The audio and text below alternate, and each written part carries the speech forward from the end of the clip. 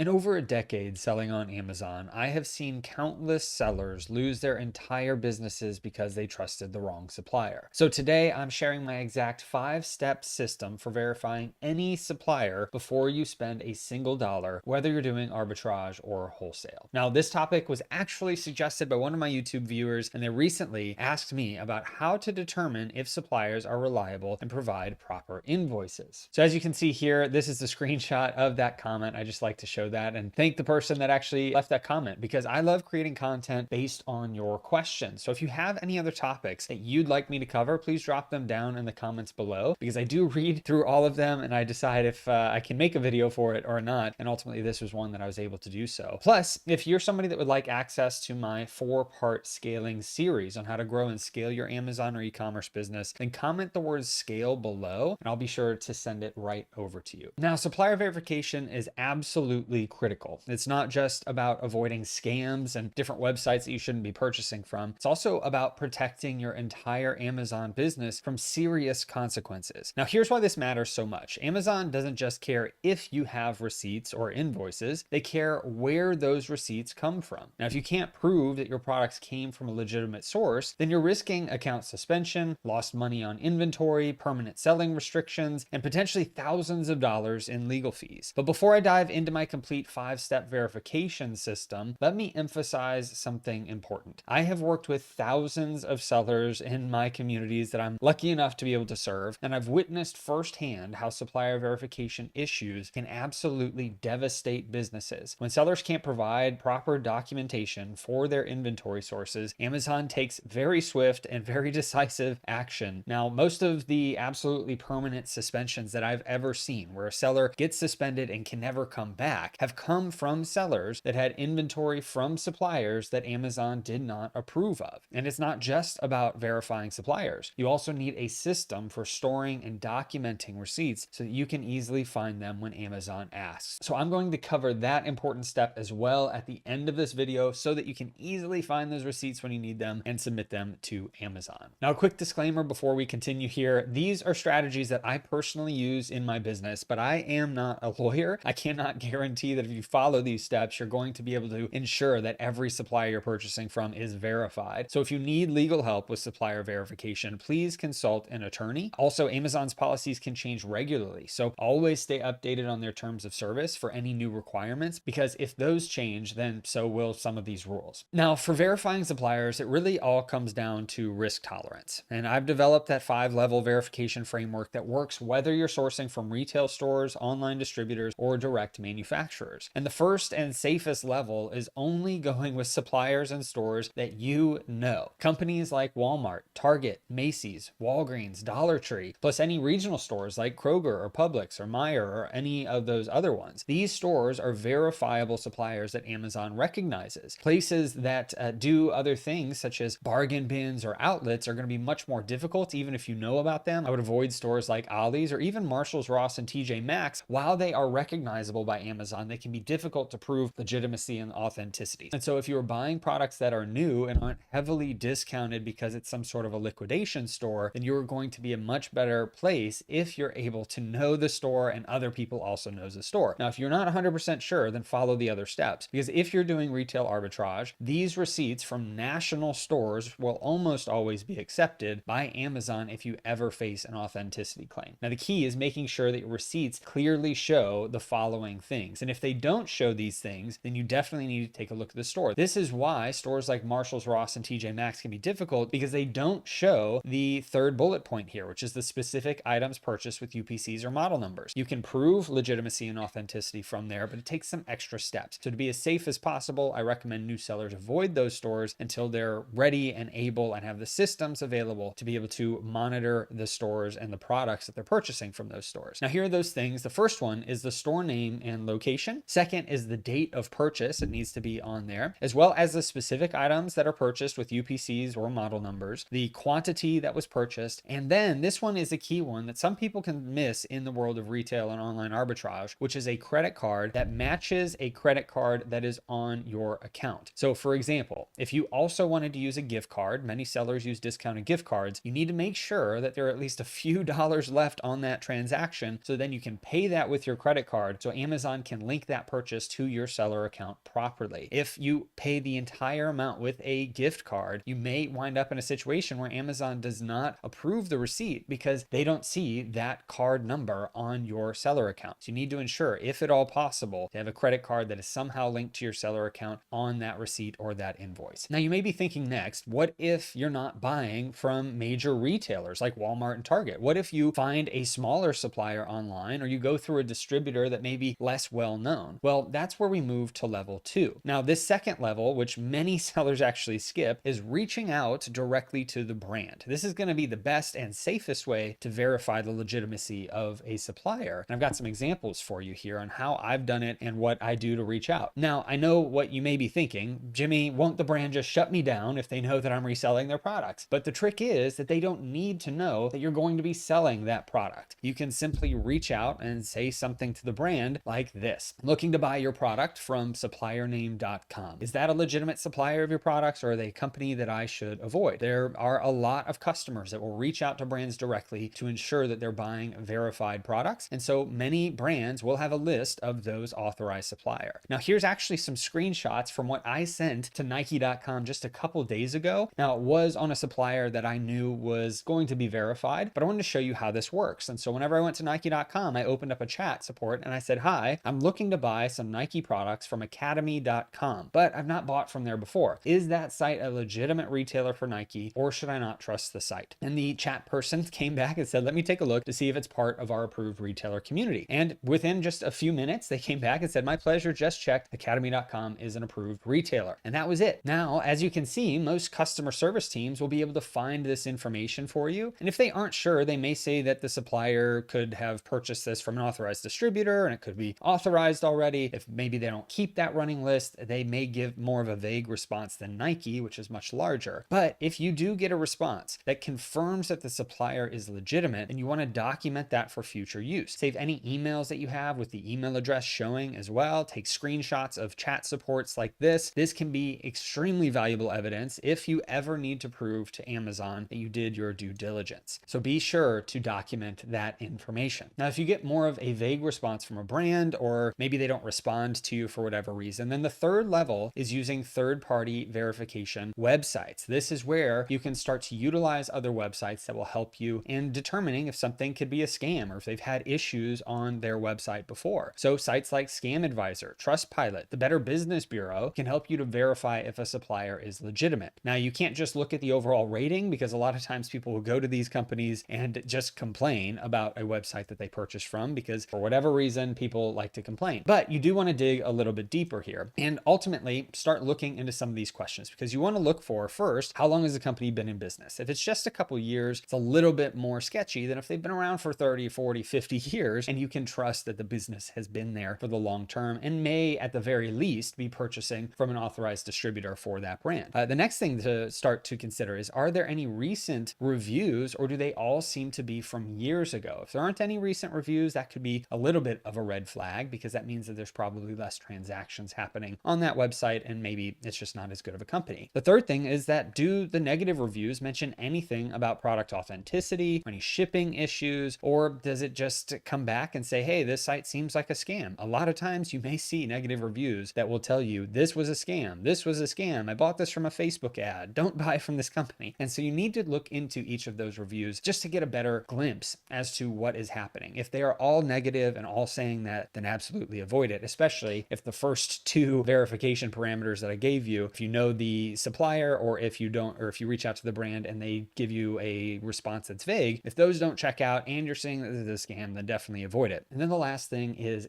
the company responsive to complaints? If they are responding and they seem to have good customer service, then it's much more likely that they may actually be a good supplier for those products. If they are not responding and they're just letting these negative reviews pile up, then it's definitely a sign to avoid them. Now, I've actually found that legitimate suppliers typically have at least a few negative reviews, just because no business is perfect. And what matters is how they respond to those issues. And so that brings us to the fourth level, which is actually asking inside of your reselling communities and using community verification. This is one of my favorite methods, because you get real world experience from other sellers who may have already worked with that supplier, in addition to you looking to work with that supplier. So you can ask in groups, like a free Facebook community I've been a part of since 2015. It's called my silent team has over 80,000 members as of the time of this recording. And if you'd like to get free access to that, you can head over to bit.ly/msstgroup. That link will be below and in the description for you. Or if you're in a community that's paid, that's like my Business Building Legends community, where you learn about growing and scaling your business, you can ask there for even more targeted advice from other sellers that are in the community. So here's actually an example from someone in my Business Building Legends community asking about ordering from boscovs.com. Now, you may not be able to read it as well on the screen, and I apologize for that, but this person asked, hey, what's your experience buying from boscovs.com? Trustpilot gives them a 2.1, so they didn't have the best Trustpilot score in this case. Now, I responded and said, hey, I've bought from Boscovs retail locations in the past. I don't believe I've done one online, but they are regional retail chains, so they should be legitimate. Not sure if anyone else has had a different experience though, and so I tagged some other people that I know would have potentially purchased from that store or do a lot of online arbitrage. Another person responded and said, I've not ordered from them at all to date, but I know others have, some with bad experiences and some with good. I think in the end, it's just like ordering from any other retailer. With proper documentation, a seller should be okay in my opinion. And then finally, another seller responded and said that we've ordered from them over the years and it's hit or miss on how they package their products for the shipment. Sometimes good, sometimes not so good, but still sellable. I've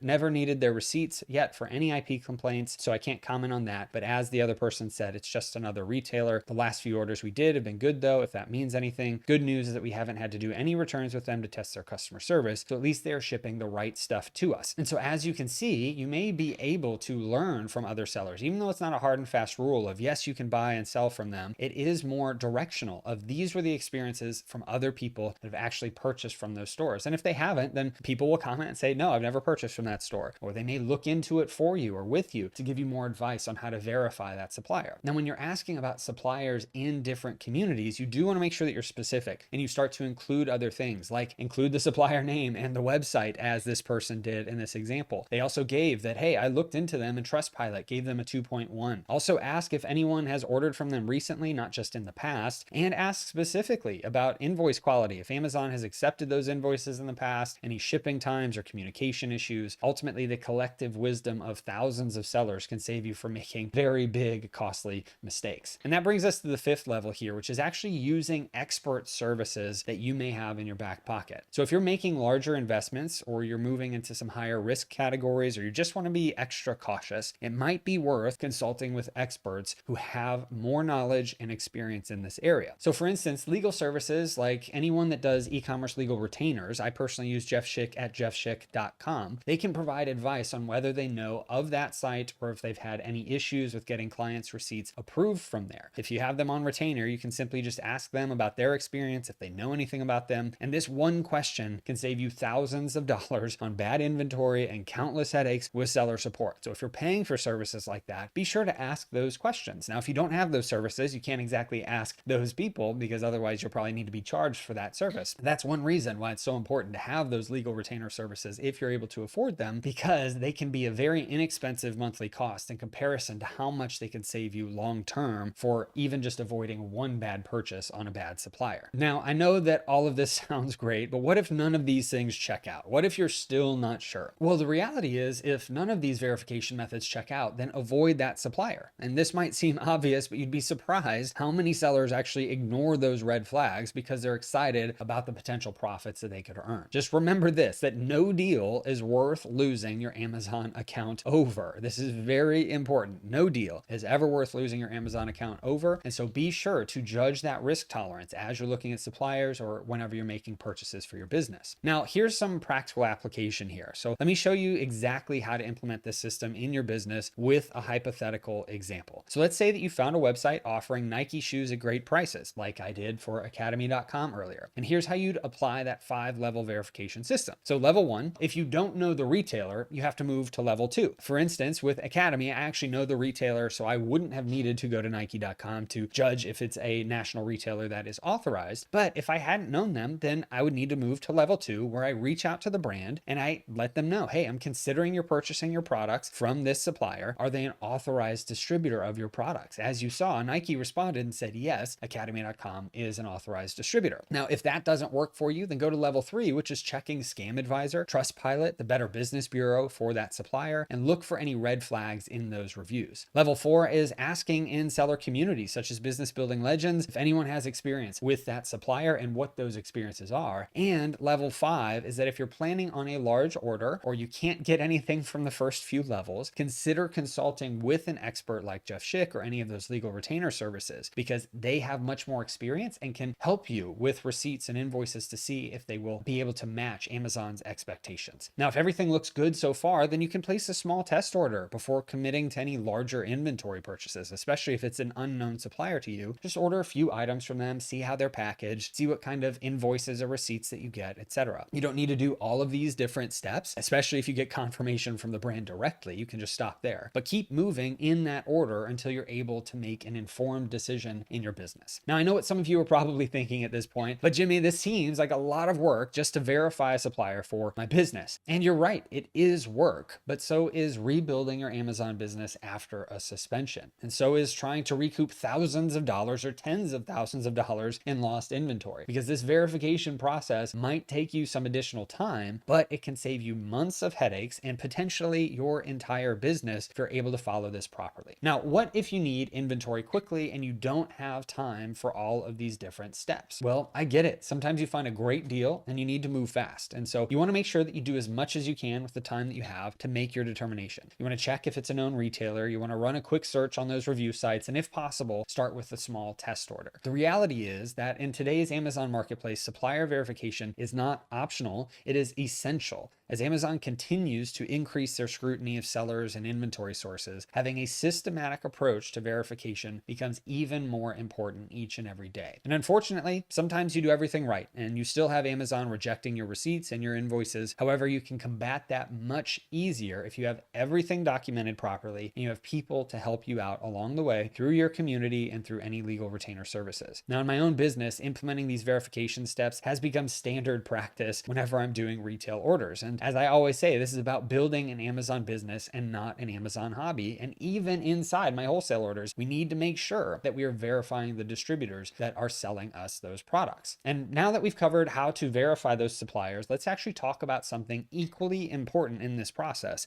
which is how to document and store your receipts properly. This is a step that many Amazon sellers overlook until it's too late. Now, when Amazon requests verification of your inventory sources, you typically have a short window of time to respond. Now, you don't have to respond immediately, but they do give you a window. You need to respond within that amount of time. Usually, it's not much time to be able to scramble through a bunch of email inboxes, file cabinets, or shoe boxes full of receipts. And so here's my simple 4-part system for documenting and storing those receipts. Now, first, you want to convert everything to digital format. For paper receipts, for example, you want to take clear photos or scan them immediately after you make any purchases. Make sure that all the text is legible, especially the store name, the date, and those item details. For thermal receipts, which fade over time, you want to make sure that you scan them right away. I recommend using an Epson or a Canon printer or some other scanner that has OCR technology, which stands for optical character recognition, because that means that they are readable PDFs so that then you can find them, send them to Amazon very easily. Now, for online purchases, you want to make sure that you save the email confirmation as a PDF. You want to download the invoice directly from the supplier's portal if that's possible, because that's always a nice feature.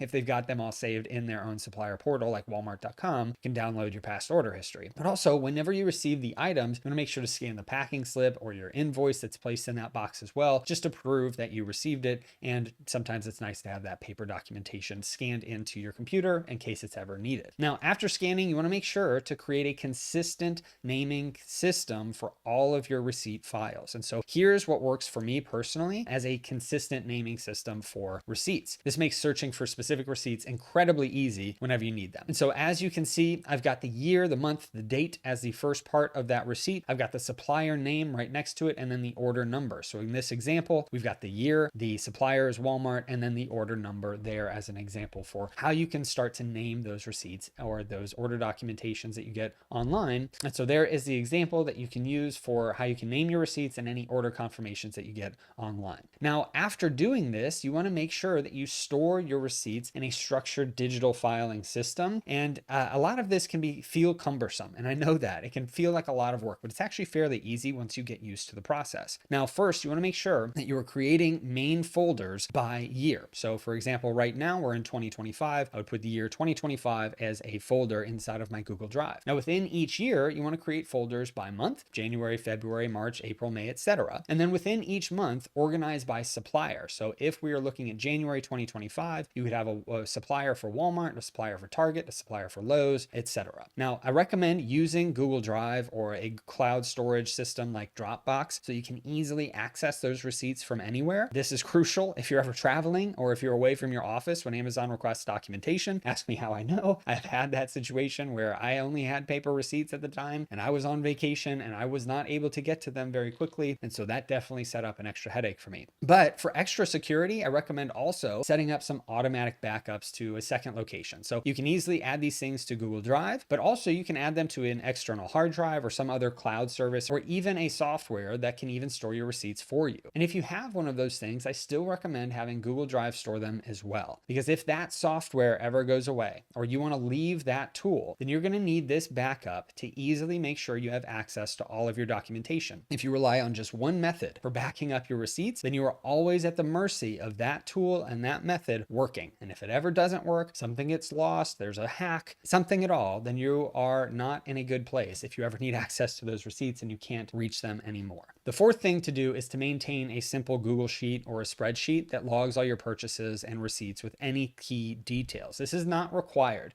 but most online arbitrage sellers have some sort of an online arbitrage tracking sheet where they can put in this order was placed from this supplier on this date for this amount. Now, whenever you have that, I recommend adding an additional column that has the location where you uploaded those receipts to, so that if you ever just go to your order tracker, you find the order, you can click on that link and find that particular receipt that you're looking for. So here are some of the things that you can log whenever you create this Google Sheet for yourself. First is purchase date, then you've got supplier name, order number, the total amount of that order, any products purchased with ASINs if possible, if you'd like to include that in there, as well as the file location of the receipt, as I just mentioned, and then any notes about the supplier verification that you've done if you'd like to include that in your notes, such as, hey, I reached out to the brand, here's the information the brand gave me, or hey, here was the scam advisor, the Trustpilot, and the BBB scores, that kind of stuff. This sheet becomes your go-to for quickly locating any receipt when Amazon comes calling. Now remember, when Amazon requests verification, they're looking for specific information. They want clear supplier identification, they want the date of the purchase, they want itemized lists of products, they want the quantities purchased, your business information as the buyer. So having a documentation system is about peace of mind. And when you know that you can produce any receipt within minutes, you can focus on growing your business instead of worrying about potential account issues. Now I actually give a spreadsheet in my Business Building Legends community because I provide all of my systems for how I manage my business and grow my business. But this is something that's fairly simple that you can create as well if you have not done so yet. Additionally, tools such as Sellerboard and 3P Mercury actually allow you to attach receipts and invoices to those purchase orders that you've placed. So this can be very helpful as well if you want some sort of a paid solution. I've seen sellers save their accounts during verification requests simply because they could quickly provide properly documented receipts. So don't let poor organization be the reason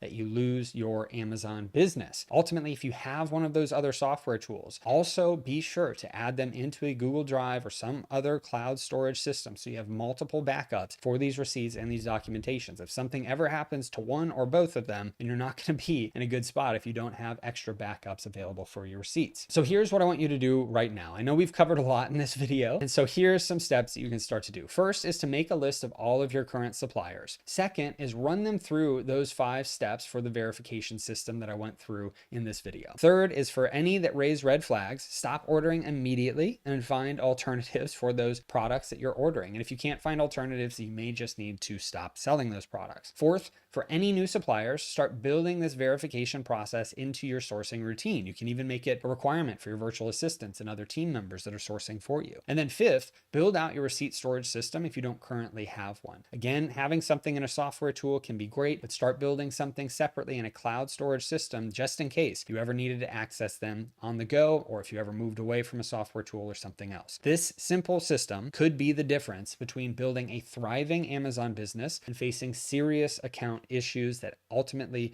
causes you to lose your account. And if you're serious about scaling your Amazon business with proven systems like this one, check out my Business Building Legends community where I provide over 100 systems for growing and scaling your e-commerce business. The link is in the description down below, and it's where I share my most valuable strategies and where sellers support each other through challenges just like supplier verification, like I showed earlier. So remember, in the Amazon selling world, your business is only as strong as your weakest supplier. supplier. So take the time to verify properly, and you're going to build a foundation that can withstand Amazon's increasing scrutiny over suppliers. Now, I hope this video helped you and blessed you. You have a great rest of your day and a blessed rest of your week.